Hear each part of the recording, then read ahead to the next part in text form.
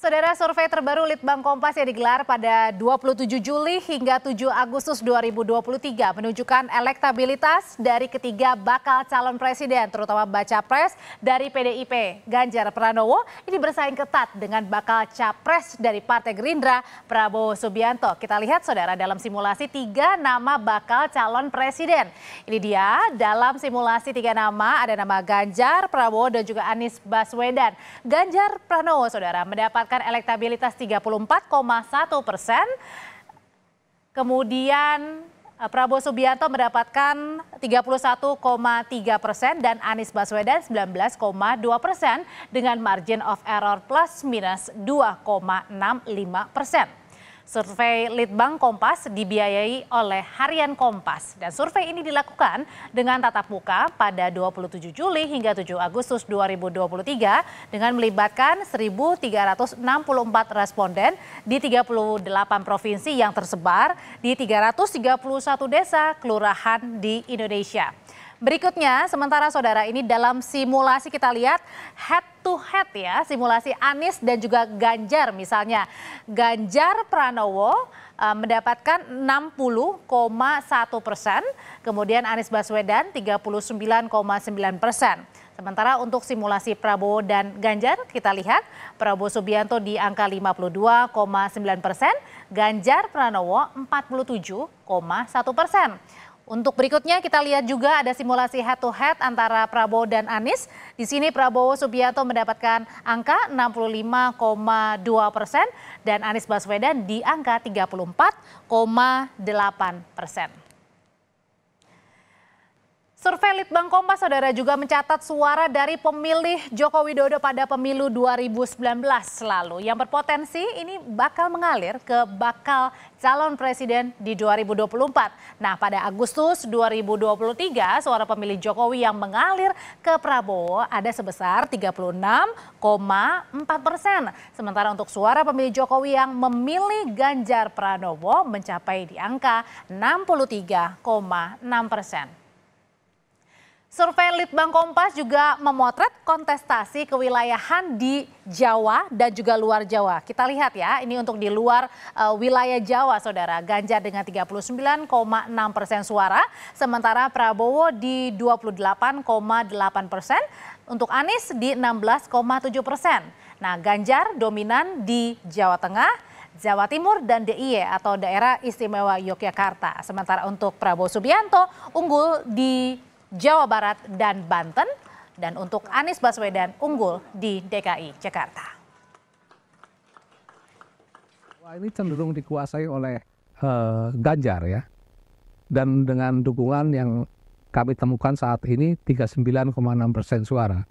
Sementara Prabowo 28,8%, kemudian Anies di 16,7%. Nah, Ganjar ini menguasai Jawa Tengah, lalu Jawa Timur dan DIY terutama. Sedangkan Prabowo menguasai Jawa Barat dan Banten. Nah, kalau Anies ini masih unggul di Jakarta. Nah, kalau kita lihat di luar Jawa, ini memang cenderung dikuasai oleh Prabowo dengan persentase 34,7%, sementara Ganjar 27% dan Anies sekitar 22,3%. Nah, di luar Jawa, Prabowo ini unggul di Sumatera, Kalimantan, dan Sulawesi. Sedangkan Ganjar lebih unggul di Bali, NTT, dan gugus Pulau Maluku, Papua. Kita bahas apa saja faktor yang mempengaruhi pergerakan elektabilitas bakal calon presiden, terutama persaingan ketat elektabilitas antara Ganjar Pranowo dengan Prabowo Subianto, serta bagaimana pula pergerakan suara pemilih Jokowi untuk para bakal capres. Kita bahas sore ini bersama dengan peneliti senior Litbang Kompas, Mas Toto Suryaningtya. Sore, Mas Toto. Selamat sore. Mas Toto, ya, sebenarnya faktor apa saja sih yang mendorong pergerakan suara capres ini, terutama di simulasi 3 nama, Pak Ganjar, Pak Prabowo, Mas Anies? Ya, pertama-tama ada basis suara dulu. Basis suara itu sebetulnya sudah dibawa sejak sebelum survei kita bulan Mei yang lalu ya, ketika suara Ganjar Pranowo itu turun. Jadi basis suara itu bahkan sudah dibawa sejak awal periode kedua Jokowi. Jadi basis suara dari Pak Anies dan Pak Prabowo itu relatif jauh lebih besar ya pada start di Oktober 2020 itu Pak Anies, Pak Prabowo itu sudah jauh lebih tinggi daripada suara Ganjar. Tapi pada bulan Mei yang lalu kita tahu bersama untuk pertama kalinya suara Ganjar itu turun. Kemudian pada survei kali ini suara Ganjar itu rebound lagi sehingga kembali bersaing. Nah, pada dasarnya ketiga calon ini sudah punya karakteristik elektabilitas masing-masing. Tahan dulu Mas Oto, kita bahas dulu yang masalah rebound ya. Itu reboundnya dikarenakan karena apa ini Pak Ganjar? Rebound itu sebetulnya kan banyak aspek ya. Satu pasti mesin politik. Yang kedua juga bagaimana pendekatan dari sosok Ganjar Prabowo sendiri. Yang ketiga fenomena koalisi partai. Jadi tren, kalau kita lihat tren merunut ke belakang, pemilih Ganjar Pranowo itu dia agak sebangun dengan pilihan pada PDIP. Kita tahu sendiri bahwa meskipun Ganjar Pranowo turun pada survei bulan Mei kemarin, PDIP tetap bertahan, bahkan sedikit naik. Jadi selama kira-kira 4 survei terakhir, elektabilitas PDIP itu terus naik sampai pada titik pada bulan Agustus ini. Jadi artinya di sini masyarakat atau pemilih yang Litbang Kompas sudah memiliki pemilih loyal. Nah, pemilih loyal itu sedikit banyak kemudian kembali sehingga menyebabkan suara Ganjar Pranowo tadi rebound. Meskipun koalisi dari Pak Prabowo sebenarnya sekarang sudah bertambah ya partai politiknya. Betul. Dan itu tidak mempengaruhi masyarakat untuk memilih Pak Ganjar. Kebetulan waktu pengambilan data memang ini sebelum bergabungnya Golkar dan PAN ke Prabowo ya. Tetapi menurut hemat kami, kalau kita merunut ke belakang sampai dengan 2 tahun sebelumnya, ada beberapa hal yang bisa kita simpulkan. Yang pertama bahwa elektabilitas Ganjar Pranowo itu selalu naik secara konsisten. Hanya turun 1 kali pada waktu bulan Mei karena ada dampak di bulan sebelumnya karena peristiwa U20. Itu yang pertama. Jadi memang elektabilitas Ganjar ini dia sifatnya lebih konsisten. Yang kedua, elektabilitas dari Pak Prabowo sebetulnya mulai memasuki masa stagnasi. Kira-kira 6 bulan terakhir. Meskipun waktu menyalip Pak Ganjar meskipun dia naik pada waktu bulan Mei kemarin karena ada peristiwa itu. Yang ketiga memang elektabilitas Pak Anies Baswedan itu terekam relatif stagnan di angka 13-15%. Jadi ketiga kandidat ini sebenarnya punya pola yang sama. Akan tetapi bukan berarti juga elektabilitas Pak Ganjar itu akan bisa konsisten karena di 2 atau 3 survei sebelum terjadinya peristiwa U20 itu di 2 survei terakhir yang saya ingat itu memang mulai terjadi kenaikan yang tipis, yang tidak lagi terjal seperti sebelumnya. Artinya ada tanda-tanda kejenuhan. Nah, sehingga pada survei kali ini ketika angka dari Ganjar Pranowo itu kembali setara bahkan sedikit mengungguli dari Prabowo, disitulah kita berkesimpulan bahwa memang 2 kandidat ini akan bersaing ketat. Karena sampai pada sama-sama di titik dalam tanda petik mulai jenuh. Apakah ini juga karena mengalirnya suara dari pemilih Pak Jokowi ini kemudian beralih tetap ke Pak Ganjar, makanya kemudian naik begitu untuk surveinya Pak Ganjar? Ya, kalau dari uraian terhadap pilihan dari pemilih Jokowi memang.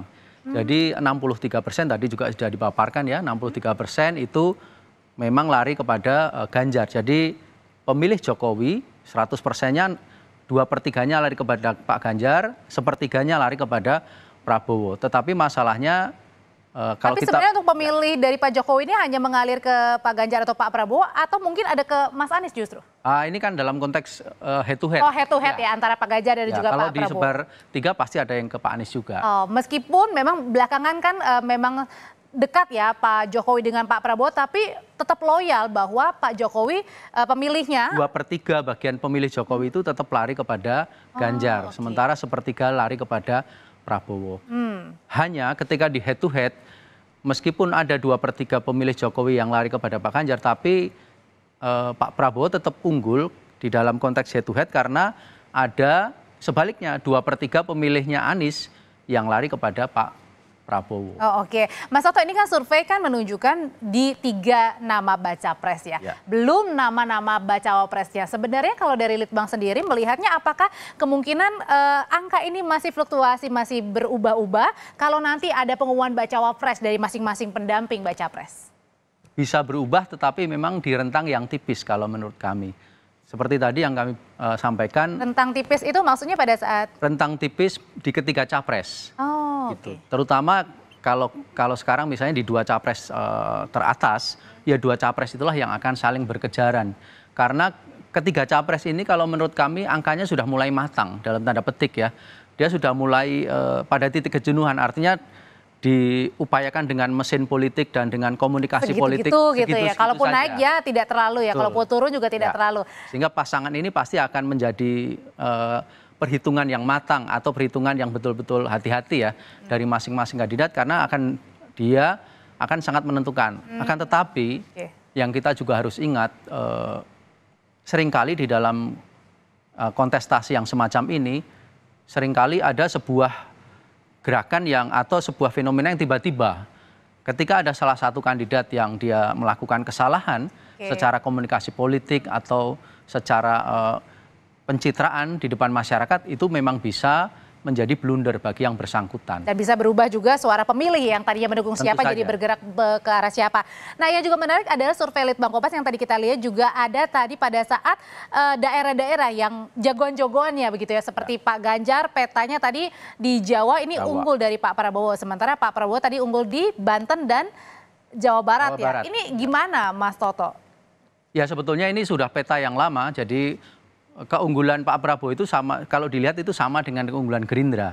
Kemudian keunggulan Pak Anies di Jakarta itu sama dengan keunggulan misalnya taruhlah PKS di Jakarta dan sekitarnya. Jadi sebetulnya banyak aspek mesin politik yang dia juga mewarnai di dalam keunggulan masing-masing kandidat ini. Kemudian di luar Jawa misalnya juga keunggulan itu sifatnya relatif ya, tidak total di atas 70% tidak. Dia hanya unggul selisih saat 10 atau 15%. Itu juga banyak dipengaruhi oleh peta politik dari masing-masing partai. Misalnya di Sumatera Utara, terutama di Pulau Sumatera, khususnya di Sumatera Selatan, wilayah-wilayah berpenduduk padat ya, di Lampung, kemudian Sumatera Utara itu banyak dipengaruhi oleh partai apa gitu kan. Golkar kan cukup dominan misalnya. Demikian juga di Kalimantan. Tapi Kalimantan yang mana? Kalimantan Barat dan Tengah, Timur mungkin lebih banyak partai-partai abangan, Golkar, maksud saya PDIP, tetapi di Kalimantan Selatan, Kalimantan Utara itu beda lagi, itu lebih banyak Golkar dan seterusnya. Jadi kalimat sederhananya adalah bahwa pemilih ini tetap loyal juga sama partai politik ya, begitu ya? Ada pengaruh. Ada pengaruhnya seperti itu ya. Nah, dan cukup besar ya pengaruhnya saya lihat. Dan tadi juga seperti salah satunya dari Pak Ganjar ini juga unggul di Jawa Tengah dan juga Jawa Timur yang... Jawa Tengah, Jawa Timur, sebagian Jawa Barat sebetulnya, Jawa Barat bagian utara, di Pantura sebetulnya cukup unggul Pak Ganjar. Nah tapi dalam berpacu dengan waktu ini sebenarnya dari masing-masing baca pres ini masih bisa unggul nggak? Misalnya merebut hati dari para pemilih. Misalnya tadi basisnya untuk pendukung Pak Prabowo di Banten mungkin saja direbut dari kepada Pak Ganjar misalnya? Atau kecil kemungkinan begitu Mas? Tiap daerah mempunyai karakteristik yang berbeda. Banten itu bisa di-split antara Banten Barat dan Banten Timur. Kalau Banten Timur, Tangerang Raya itu akan lebih mudah dalam tanda petik untuk diarahkan kepada Pak Ganjar, kan di sana PDIP cukup dominan. Tapi Banten Barat, di mana dia Serang, Lebak, Pandeglang, dia lebih dominan Golkar, terutama bagian utara, kemudian P3 bagian selatan. Bahkan Demokrat kalau di bagian Lebak, karena sekarang Mbak Iti itu kan, Iti Oktavia Jaibet, itu kan Demokrat. Jadi karakterisnya beda. Banten tidak seluruhnya Banten, gitu. Hanya lebih lebih unggul Pak Prabowo, tapi bukan berarti tidak ada masanya Pak Ganjar di situ. Karena Tangerang Raya itu adalah wilayahnya PDIP. Oke, terima kasih Mas Toto Suryaningtyas, peneliti senior Litbang Kompas yang sudah mengulas tadi ya, termasuk simulasi tadi di masing-masing 3 capres maupun head to head-nya. Sehat selalu Mas Toto. Makasih Mbak Audrey.